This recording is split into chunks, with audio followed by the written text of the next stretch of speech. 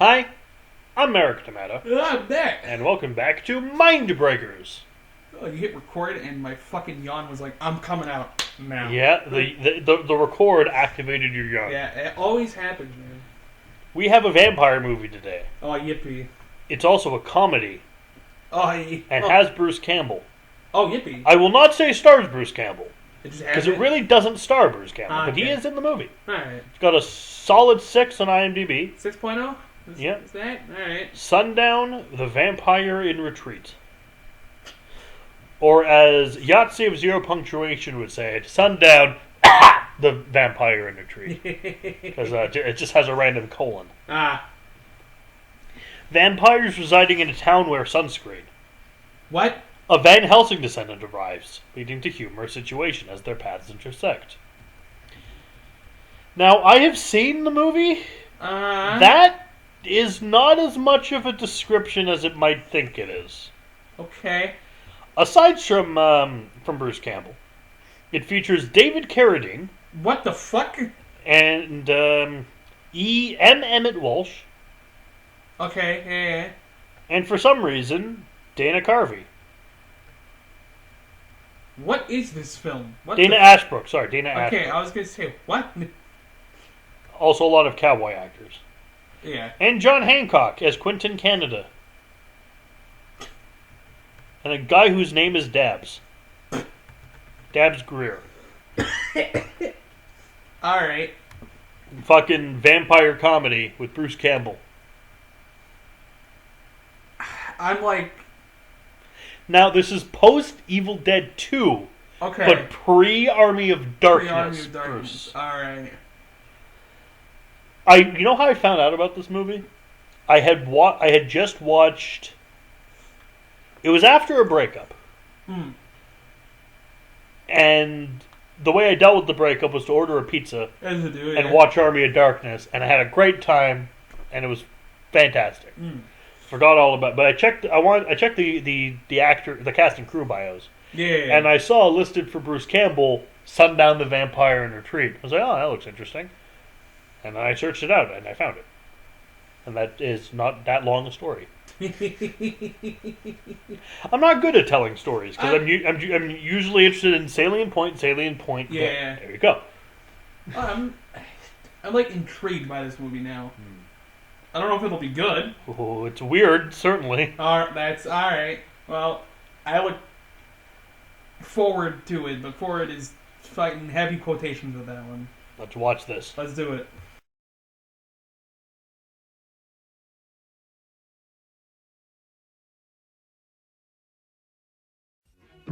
Welcome to Purgatory. This small Arizona community is home to a very select group of retirees. Here they live long lives, share the same desires and the same needs, like blood. How can you drink that stuff called Synthetic blood. It tastes real. So they won't have to kill anyone. Don't you ever miss warm human blood. Now, come sundown, everyone's going batty. What kind of bullets can kill vampires? Fortified wood. David Carradine, Morgan Brittany, and Deborah Foreman. I wasn't gonna bite you. In Sundown. Now they gotta fight for the right to bite.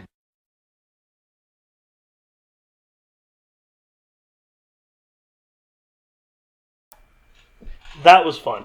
That was a fun time. It was a cowboys vampire comedy. Yep. That's the best way to describe it. May have been a sequel to Billy the Kid vs. Dracula, because David Carradine is in fact the son of John Carradine. So, it's possible this was a follow-up. Don't think so, though. May have been a reference. Yeah. Oh, the cat got away. Or tried to get away, I should say. So, we start in, there's this guy in a Jeep. Yeah. He's an asshole. He stops at this place where what can only be described as ZZ Top, in overalls, work gloves, sunglasses, and straw hats, are swinging on a porch glider. And this guy comes up and says, "Hey, yo, assholes, I want gas." but it's not self-serve. So one of them, called Mort, played by E. Emmett Walsh, gets a bigger sun hat, puts on a lot of sunscreen, and goes out and is loading the gas. Ask him how much to fill it up for. Full tank. Full tank, you idiot. And so E. Emmett Walsh like, yo, are you David? No, fuck you. Why would I be David? He's like, all right, cool. And he karate chops his head off. Clean off. No issue whatsoever. So he goes into town. We see the town of vampires. Yeah, they go to hide. His brothers go to hide a body in the car. Meanwhile, Dana Ashbrook from Twin Peaks and his girlfriend are watching with binoculars.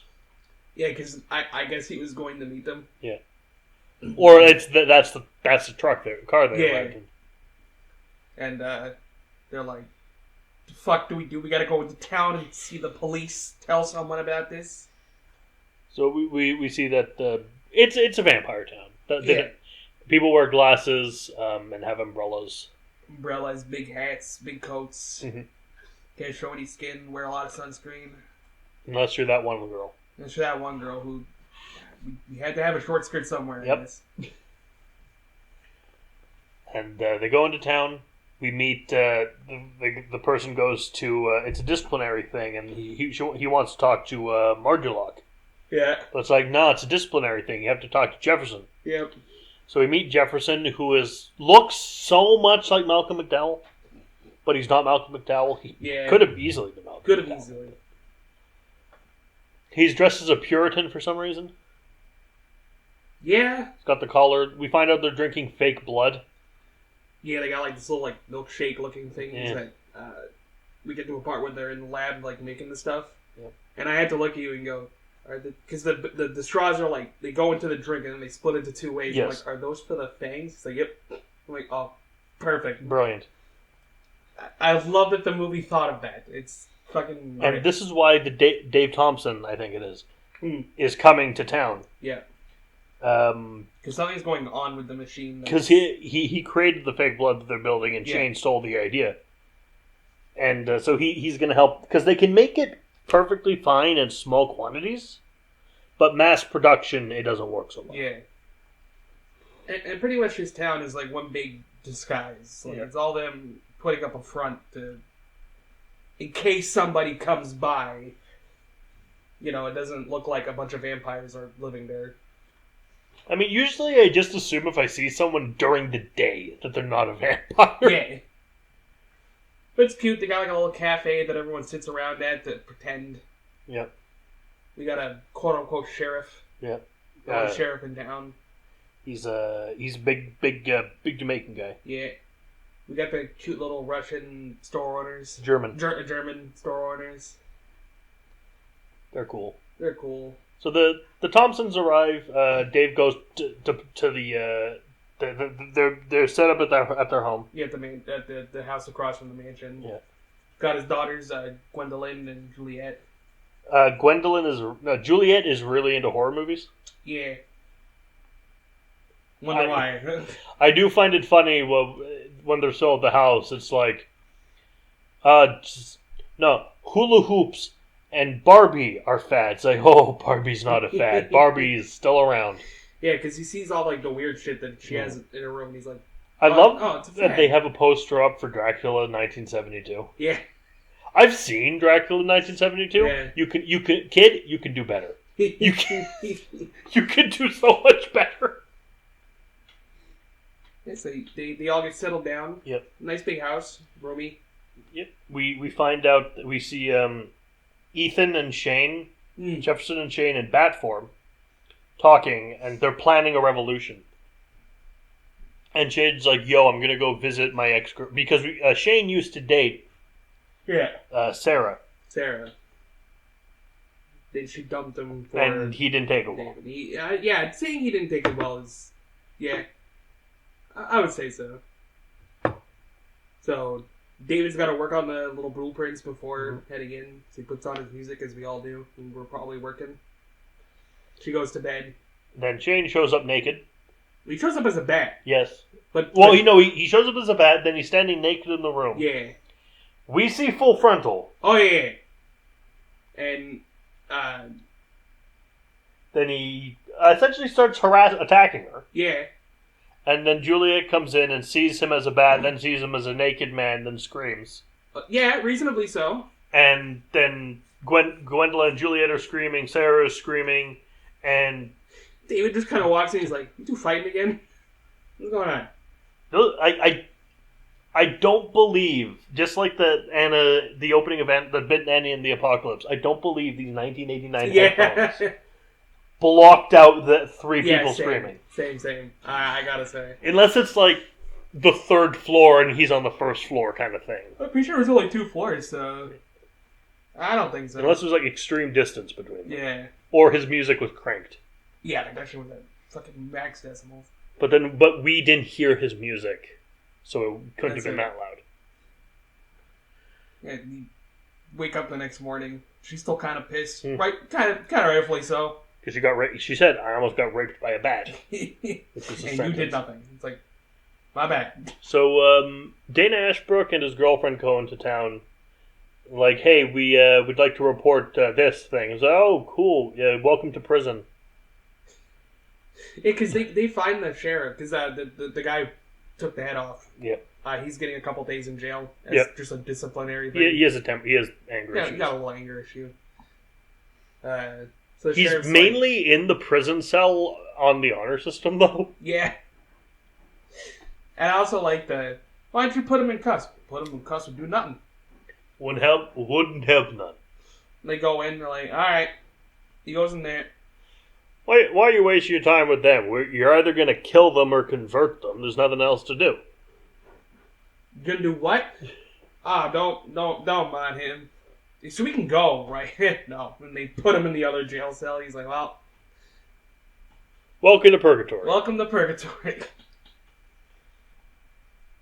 And at later points, he doesn't keep his mouth shut. He basically tells him, like... We're vampires. How you doing? There's 2 ways out of this. You're either going to be turned or be killed. Yeah. So... Tough shit, I guess. Then Bruce Campbell shows up. Yeah.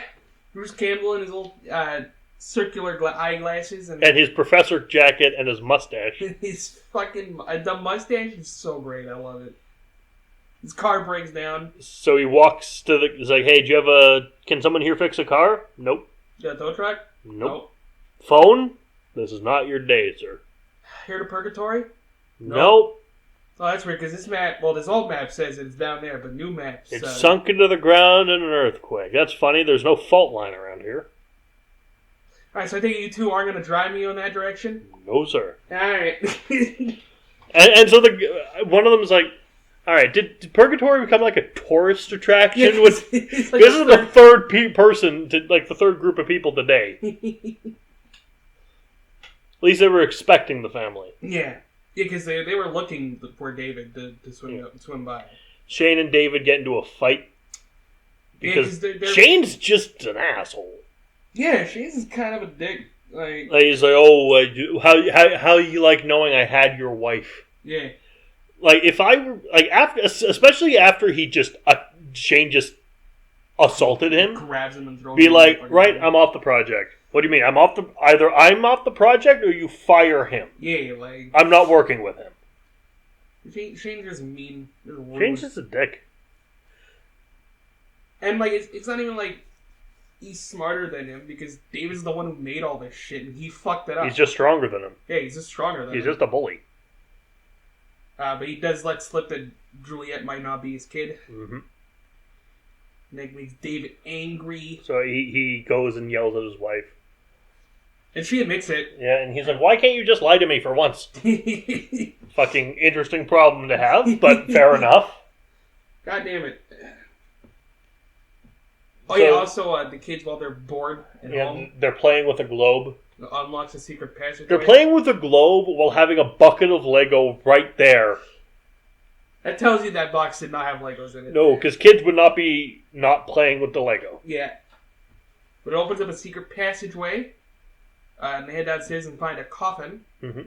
Okay, a little weird, but And Juliet's like, we shouldn't touch the coffin. It's like, what's the worst that could be in the coffin? A lot. Then like some just old guy. Then David Carradine comes out of the coffin. Pokes his head out like, going on. And like, right? And Gwendolyn's like, right? I'm out of here. Juliet just stands there saying, ma, until she gets to saying monster. It goes on a little long. A little long, yeah. They run out and tell her mom what happened. And then David Carradine comes out of the secret passage. And say, oh, it's fine. I was doing some work near a coffin in the basement. Oh, yeah, by the way, there's a secret passageway that locks both our houses together. Don't worry about it. Don't worry about it. Also, don't worry that my grandma is buried in the basement. Yeah. Don't worry about that. It was her dying wish. All right. Well, thank you for stopping by, yeah. Mr. Margalock. Yeah, well, see you later. Yes. He just heads back down to the secret passage. All right, did you actually see him? I'm betting your allowance on this. Allowance for a week. The whole allowance? The whole allowance? Every penny. Every penny. Could he have been standing next to the coffin? Smart kids. Yeah. Like, I'm not fucking around with that. Nuh-uh. Whole allowance? Yep. Well... That's crazy. He was standing next to the coffin. Who could... Our mistake, really.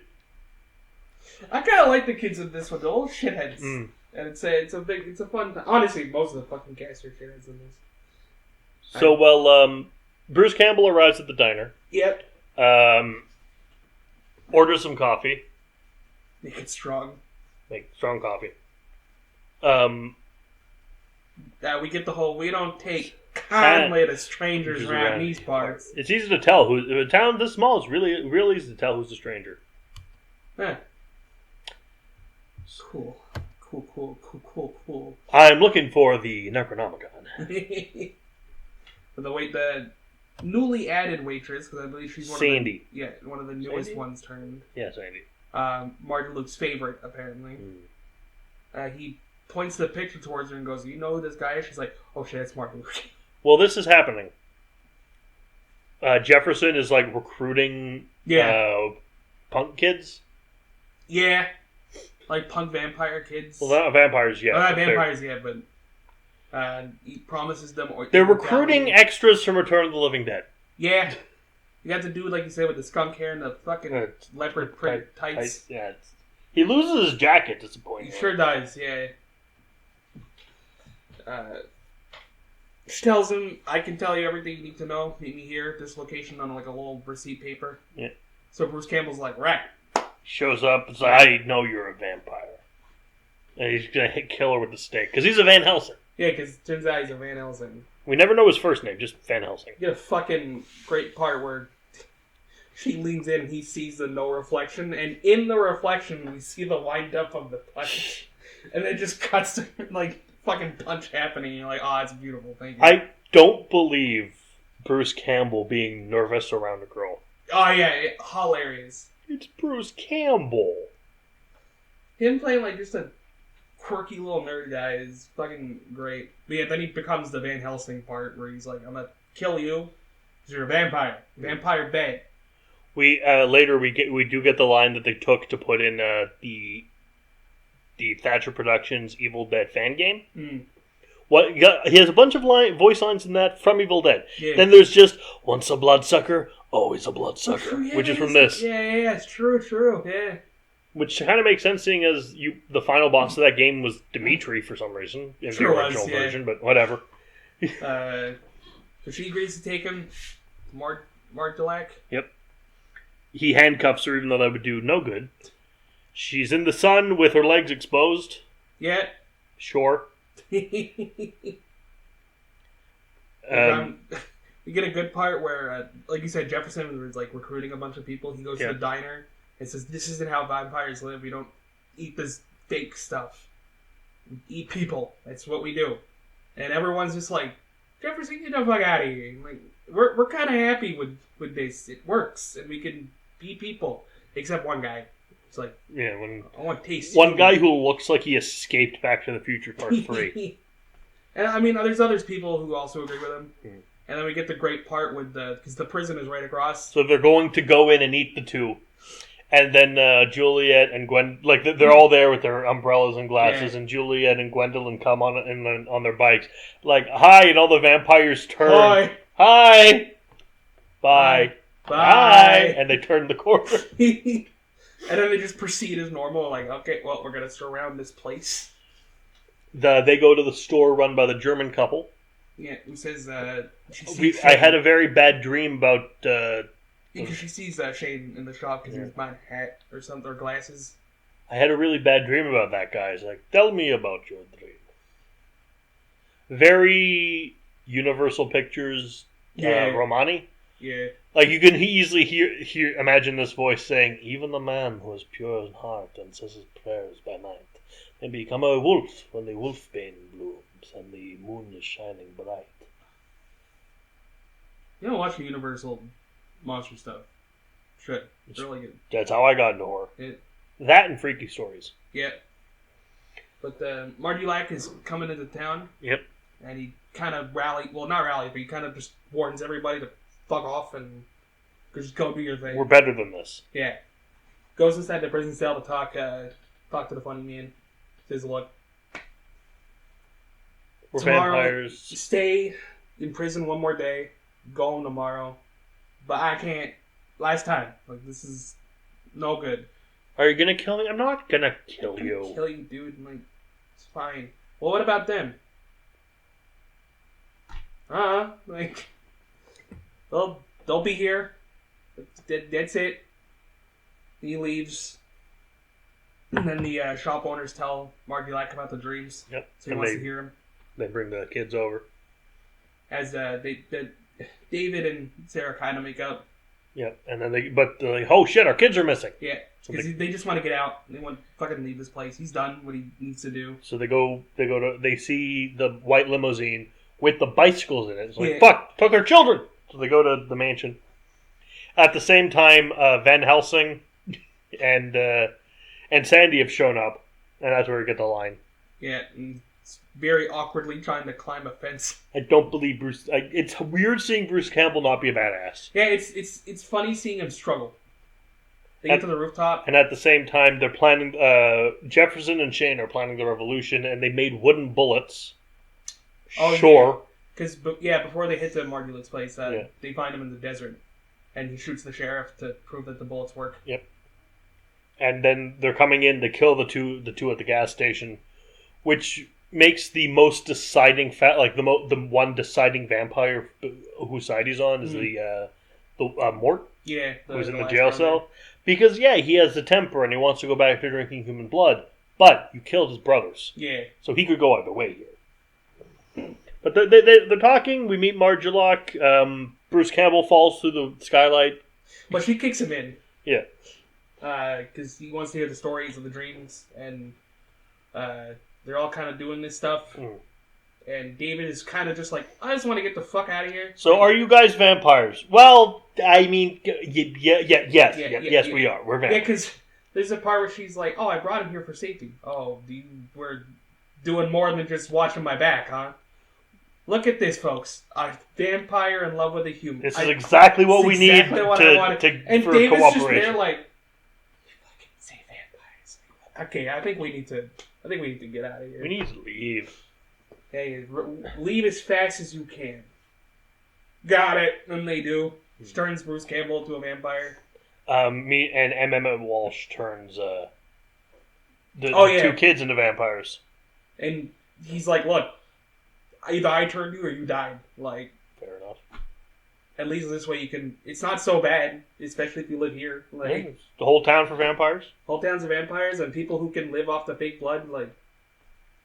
So then the whole big vampire civil war happens. Yeah, because as David is fucking trying to drive out with the kids, they're just blockaded by a bunch of horses. Mm-hmm. Just don't want to know where they got all the horses. And trained horses not to be terrified of the undead. I still think I like your idea of the horses are vampires. I want to see the horses turn into bats. Yeah, but can the horses turn into bats? This is important questions we need answered. Yes, they can. They turn into fucking thestrals. Do they keep the horse face? Yeah, they're thestrals from Harry Potter. Oh, yeah. So the big vampire versus vampire war happened. Lots of dead on both sides. Yeah. we get a lot of, what's a gun gonna do against a vampire? And he just shoots him. And they're like, oh, shit. I'll leave the fight scenes to watch yourself. It's on Tubi. Check it out. Fun. I mean, if you've ever seen a Western fight with guns and shit. I find it weird that they made the wooden bullets fine. Yeah. But they made wooden bullets in so many different calibers. Revolver, 9mm. Like they have 3.75, like .30 revolvers. Yeah. They have 3.7 magnums. They have 9mm pistols. They have fucking Kalashnikov machine guns. They have Winchester rifle. Ideally, like, it's already bad enough that you somehow made wooden bullets. But why so many different fucking... There's also a part, like, right before the revolution starts, Jefferson gives his big speech about, like, going back to being how vampires should. Yep. And, like, you have to imagine, these bullets are very limited in quantity. Yeah, and they're all shooting into the air. Yeah, and then they just all start... and not just one bullet, like, all of them. It's also funny... It's like you have to hit them direct. It's shown you have to hit directly in the heart to kill. Because you're basically putting a stake through them. It's explained. It's fair enough. It's like with headshots with zombies. Yeah. But just like you don't use a fucking machine gun in a zombie apocalypse, because good luck hitting a zombie in the head with a fucking machine gun. Good luck hitting someone in the heart with a machine gun. It should have been pistols and rifles. It should have been pistols and rifles. For the like revolvers and rifles for the fucking Western flag. Yeah. War happens, someone gets a chainsaw. Sure, no one gets chainsawed. No, sadly. But this is a big vampire fight. It all culminates to the bridge. But the really important thing is Shane goes to attack Sarah, the kid, Sarah. He said he did his part. He wants his fucking ex. His voice changes for some reason. Adios, or whatever it was. Like, that shit was so funny. He catches up to them on the bridge. Yeah. David stands up against him and fucking... well, he wasn't going to win because he's a vampire. Yeah. But then Mardulac shows up. He's going to shoot Shane, then everyone else shows up. Drop the gun, and drop all your guns. And like, okay. And then they pick them up again and start firing. Like, almost immediately. But he gets Sarah and the kids on a horse and tells them to ride back to the But Shane follows them, and we have Shane about to, rape, because she quite clearly doesn't want this. Rape Sarah. Yeah, they get back and to then the mansion. David shows up, and they fight. He shoots him right... Bruce Campbell gives him the holy water. Holy water, yeah. He shoots... He shoots him, but misses the heart. And he's like, in the heart, David.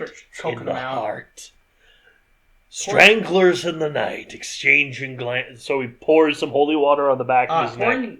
On the back of the neck is... I love that. I was hoping that it was like a spritzer bottle. Yeah, because it looked like a perfume bottle. And that would be so goddamn useful. It's basically anti-vampire mace at that point. Yeah, I also thought it was a spritzer bottle. But he pours the whole thing on the back of his neck, and while he's screaming, he puts the gun right to his chest and says, in the heart, Shane. In the heart. And then bang. But we're not done, even though this feels like an ending. Yeah. With the rest of the vampire rebels are coming. Yeah, they're all holed up at the mansion. And we have very few people left, like of the good vampires left. And Mardulac is like, "Wait, you're just gonna kill me? You don't want? You've always said we've been vampires the same amount of years. Don't you want to?" Basically, he Schwarzeneggers him. Yeah. He basically, you don't want to shoot me. You want to stick a knife in me. Look in my eyes and see what's going on when you turn it. Jefferson agrees because he's stupid. So they're doing a high noon. Yeah. It's a fucking gunfight. It's a Western. You gotta have at least one of these. Exactly. Hell, Back to the Future has one. Mm-hmm.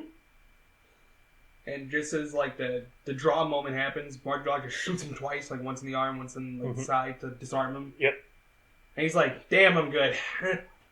Because I am Count Dracula. How could you have beaten me? Bitch, I'm Dracula. It's like, bitch, I'm Dracula. You really think we're the same age? I'm the greatest vampire to ever fucking live.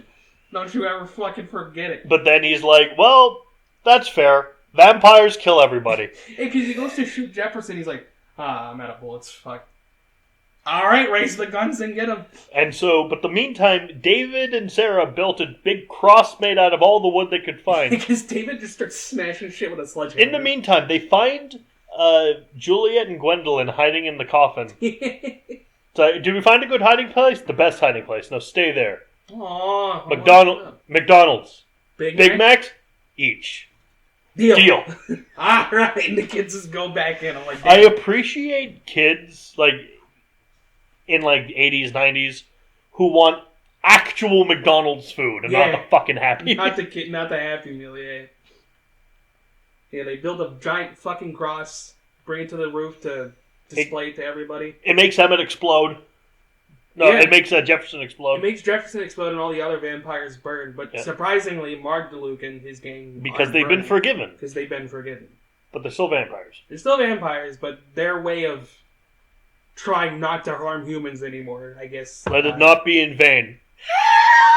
In vain! It goes for vampires!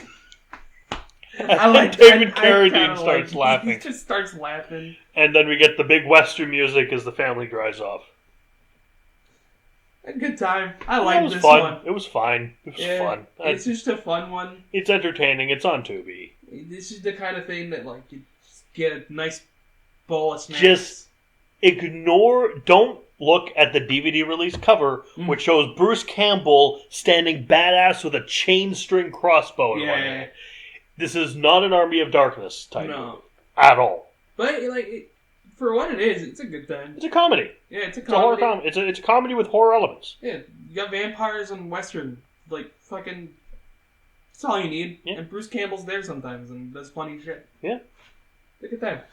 And unlike a lot of movies you watch because they have a certain actor in them, it's still worth watching when he's not on screen. Oh, yeah. Like all the other because I've seen some movies that I've, like, sort of The Valiant, which we watched, like, way back at the beginning of this. It is not worth watching the movie when Sean Connery's not on screen. Just fast forward it. It's nothing happening worth seeing.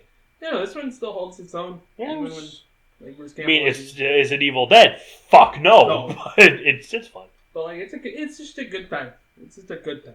Yeah. Highly recommend. I don't necessarily highly recommend.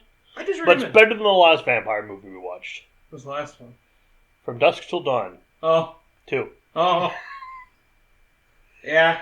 Because, like, is this better than From Dusk Till Dawn? No. Is it better than From Dusk Till Dawn 2? Oh, yeah. Oh, yeah. Anyway, I've been Merrick Demetta. I've been Matt. And we'll see you next time. Have a good one.